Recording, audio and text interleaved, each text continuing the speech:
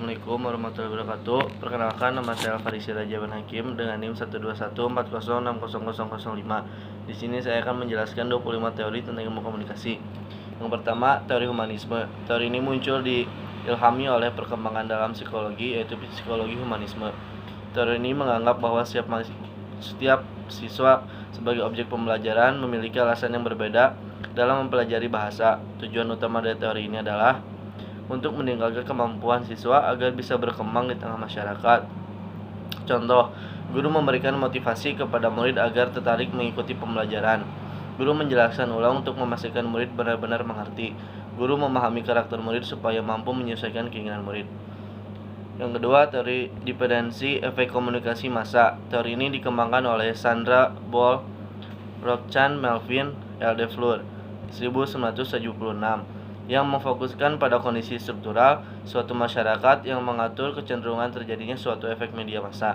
Contohnya, masyarakat yang menonton sinetron atau variety show untuk memenuhi kebutuhannya akan hiburan. Yang ketiga, teori konstruktivisme. Teori ini adalah menjelaskan ahli konstruktivisme menyatakan bahwa manusia membentuk versi mereka sendiri terhadap kenyataan. Mereka mengandalkan berbagai macam untuk mengetahui dan menggambarkan sesuatu untuk mempelajari pemerolehan bahasa pertama dan kedua. Contoh, siswa diajak oleh guru untuk mengamati dan mencari tahu tentang sebuah permasalahan melalui alam, laboratorium, perpustakaan, teman sebaya, koran, dan internet. Yang keempat, ada teori nativisme. Istilah nativisme dihasilkan oleh pernyataan mendasar bahwa pembelajaran bahasa ditentukan oleh Buck Chomsky dalam Hadley 1993-48, yang merupakan tokoh utama golongan ini mengatakan bahwasanya hanya manusialah satu-satunya makhluk Tuhan yang dapat melakukan komunikasi lewat bahasa verbal. Bahwa setiap manusia dilahirkan sudah memiliki bakat untuk memperoleh dan belajar bahasa. Contohnya, bila sang ayah tidak pintar, maka kemungkinan besar anaknya juga tidak pintar. Bagi orang-orang yang mempercayai nativisme, mereka meyakini bahwa seorang bayi itu lahir, mereka telah membawa pembawaan baik dan pembawaan buruk. Teori kognitivisme.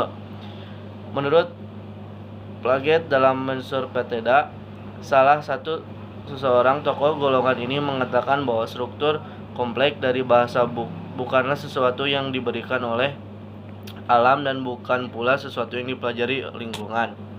Struktur tersebut lahir dan berkembang sebagai akibat interaksi yang terus-menerus antara tingkat fungsi kognitif si anak dan lingkungannya.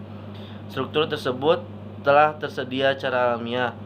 Perubahan atau perkembangan bahasa pada anak dan bergantung pada sejauh mana keterlibatan kognitif anak secara aktif dengan lingkungannya.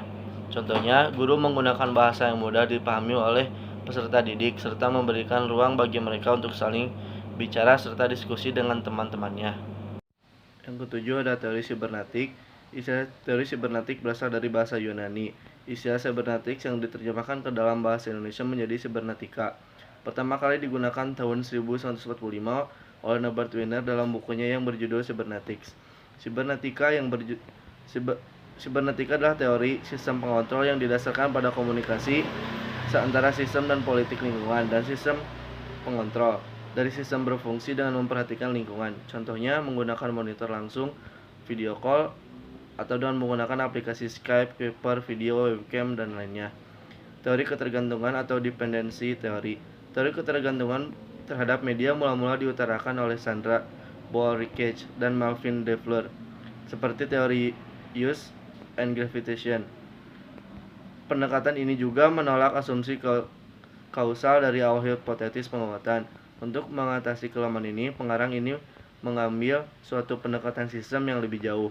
Contoh, salah satu mantan anggota Polri yang terkenal video lip sync-nya Dunia Maya pada saat itu merupakan menggunakan Korps Brimob Polri dari Gorontalo yang menyanyikan lagu India dengan masih menggunakan baju dinasnya yang kemudian tersebar ke dunia maya.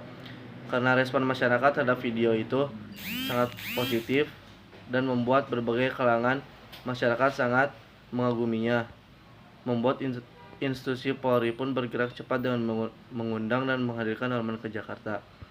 Teori The Spiral of Silence. Teori The Spiral of Silence ini dikemukakan oleh Elizabeth Noelle Neumann pada 1976 berkaitan dengan pernyataan bagaimana terbentuknya pendapat umum. Teori ini menjelaskan bahwa terbentuknya pendapat umum ditentukan oleh sesuatu proses saling mempengaruhi antara komunikasi massa, komunikasi antar pribadi, dan persepsi individu tentang pendapatnya dalam hubungannya dengan pendapat orang lain dalam masyarakat. Contoh, seseorang tokoh ingin mengungkapkan pendapatnya yang berlawanan dengan pandangan mayoritas melalui televisi atau radio. Namun ia enggan melakukannya karena takut dihujat atau pandangan itu tidak diakui masyarakat. 10. Teori inokulasi atau inoculation theory. Teori inokulasi ini atau teori suntikan yang pada mulanya ditampilkan oleh Maguire ini mengambil analogi dari peristiwa medis. Orang yang terserang penyakit cacar polio disuntik diberikan vaksin untuk merangsang mekanisme daya tahan tubuhnya. Demikian pula halnya dengan orang yang tidak memiliki informasi mengenai suatu hal yang tidak menyadari posisi mengenai hal tersebut. Maka ia akan lebih mudah untuk dipersuasi atau dibujuk. Suatu cara untuk membuatnya agar tidak mudah karena pengaruh adalah menyuntiknya dengan argumentasi balasan. Contoh politik. Pendukung kandidat A dalam sebuah kampanye politik melawan pengaruh iklan serangan yang dilakukan oleh kandidat B. 11. Teori birokrasi. Teori birokrasi berhubungan dengan organisasi masyarakat yang disusun oleh secara ideal. Birokrasi dicapai melalui informasi aturan, struktur, dan proses dalam organisasi.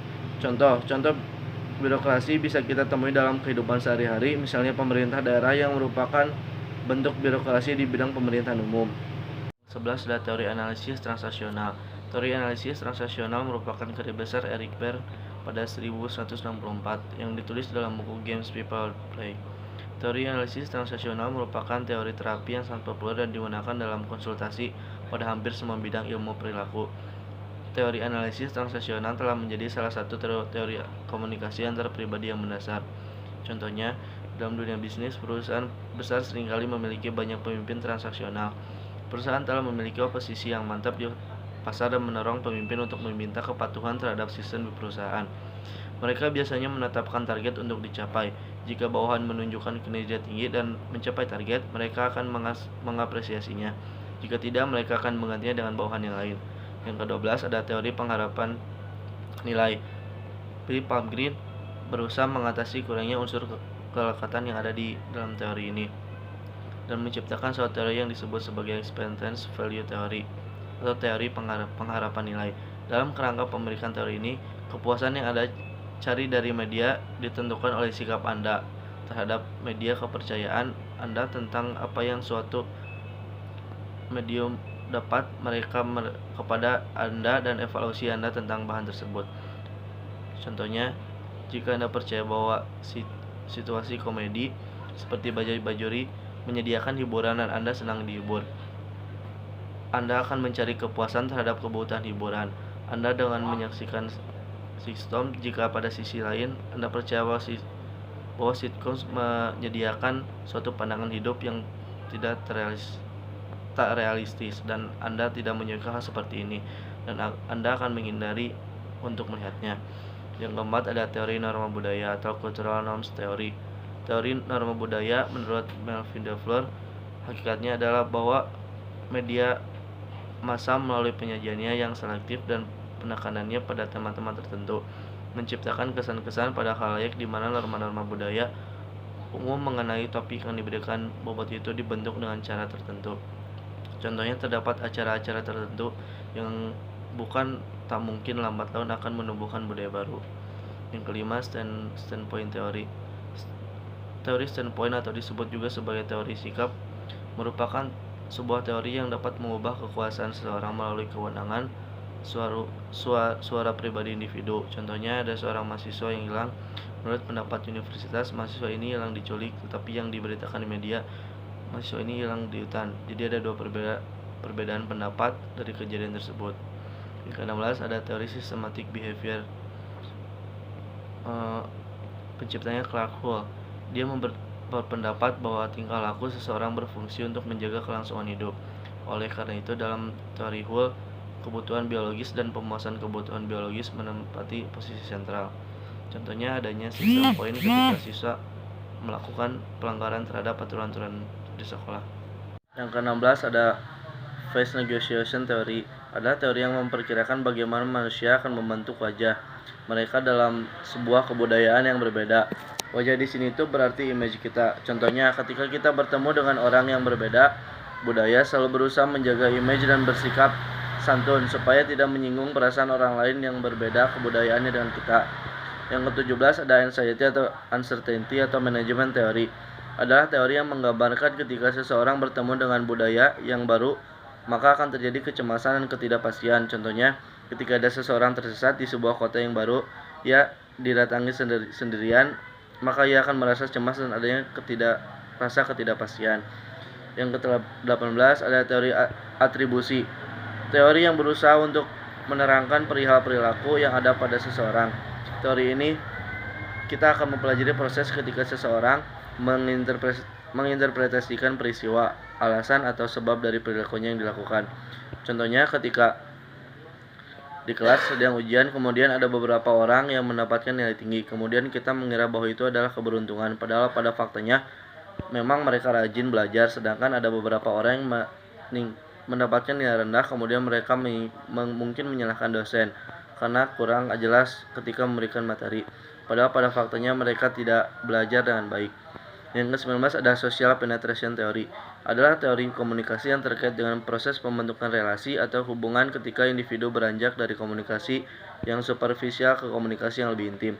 Contohnya, ketika kita mengikuti organisasi, awalnya kita akan mengenal saja, tetapi lama-kelamaan seiring berjalannya waktu kita akan mengenal satu sama lain. Yang 20 ada Groupthink. Adalah keadaan ketika sebuah kelompok membuat keputusan yang tidak masuk akal untuk menolak anggapan atau opini publik yang sudah nyatanya buktinya dan memiliki nilai moral. Contohnya, ketika meledakkan pesawat ruang angkasa, salah satu mekaniknya itu sudah mengetahui bahwa ada yang tidak beres dengan pesawat tersebut sebelum peluncuran, tetapi mereka tetap menerbangkan pesawat tersebut. Yang ke-21 ada Interpersonal Communication. Adalah proses komunikasi antara dua orang atau lebih secara tatap muka yang memungkinkan komunikator menyampaikan pesan secara langsung dan komunikan menganggapinya pada saat yang bersamaan. Contohnya yaitu kedua orang sahabat yang saling curhat tentang isi hati mereka. Yang ke-22 ada Self-Disclosure. Adalah kemampuan yang dimiliki seseorang untuk menyatakan informasi tentang dirinya kepada orang lain. Contohnya, misalnya ada seseorang homoseksual dan tidak bilang ke siapa-siapa. Kemudian dia menyatakan dirinya homoseksual kepada orang lain. Kemudian respon dari teman saya itu berbeda-beda. Ada yang acuh, tak acuh, dan ada yang kecewa dan tidak suka.